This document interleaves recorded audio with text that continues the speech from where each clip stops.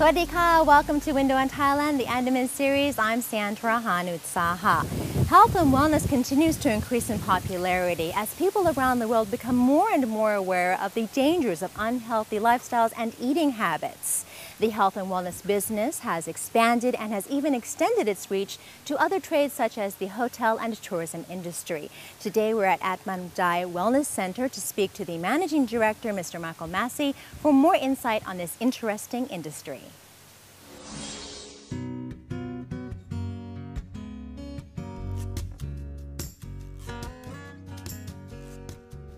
Health and wellness tourism is now an international trend set by health-conscious consumers seeking to enhance their well-being through their travel experiences.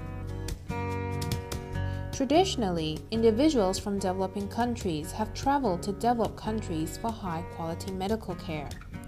However, the reverse is true now, given a growing number of people from those countries have begun to travel to the regions once considered as Third World, seeking high-quality health and wellness products and services at affordable prices.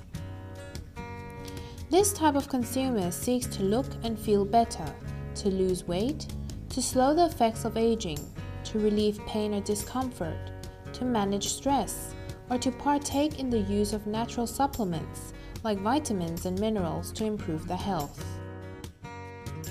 Well, certainly in Atmanjai's experience, we've been open 3.5 years and our business has grown significantly.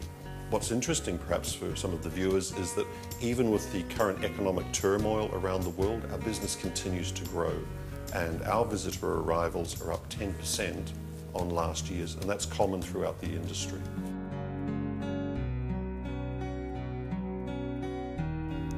In response to this growing trend, the Thai government is currently promoting and encouraging its health and wellness tourism in many provinces, including those in the Andaman provinces. The Thai government has continued to focus on developing spas and medical services in order for them to meet international standards, with the ultimate aim of making Thailand a major medical tourism hub in Asia, a campaign which has been successful since it began in 2004. In the meantime, resorts and hotels are jumping on the health spa development bandwagon, even though few of them are moving into the scope of services currently offered by destination spas. Likewise, a growing number of day spas are adding health and wellness programs to their options.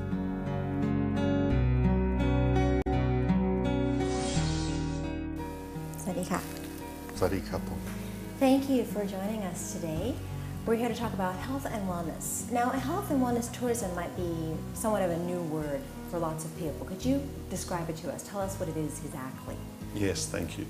Health and wellness is not to be confused with medical tourism or spa tourism, both of which are very well established in Thailand and with great reputations. Wellness tourism is directed primarily for people who are attending cleansing and body detox programs. Okay, so it's very different then. If you hadn't told me, I would have thought it was similar to medical or spa tourism. Now, the trend is becoming very popular. Could you tell us how popular it is here? Well, certainly in Atmanjai's experience, we've been open 3.5 years and our business has grown significantly. I think what's interesting perhaps for some of the viewers is that even with the current economic turmoil around the world, our business continues to grow and our visitor arrivals are up 10% on last year's, and that's common throughout the industry. But despite all the problems throughout the world? I think actually that creates more business for us because a lot of people will think that a wellness centre is focused solely on the physical rejuvenation of the body, but it's very important to look at things in a holistic sense and consider also the mental and emotional well-being of people. And when they're stressed and under pressure, they often reach out for this type of treatment. Okay, so when did things start to take off for this business in Thailand? Well, I think if you go back, the history of it really should be attributed to Guy Tonkin from Spa Samui. He's really the grandfather of the profession here, and I couldn't tell you exactly when that opened, but certainly well over 10 years ago. Okay, and how fast is, well, you said the market is growing. You were up 10% as of last year, right? Yes, we are, and that's with the introduction of 2 new centres in Phuket. So more centres are opening, and business continues to grow for the established centres. So there's a lot of potential. You see more and more customers coming. Oh, definitely, there's massive potential. Where do the majority of your guests come from?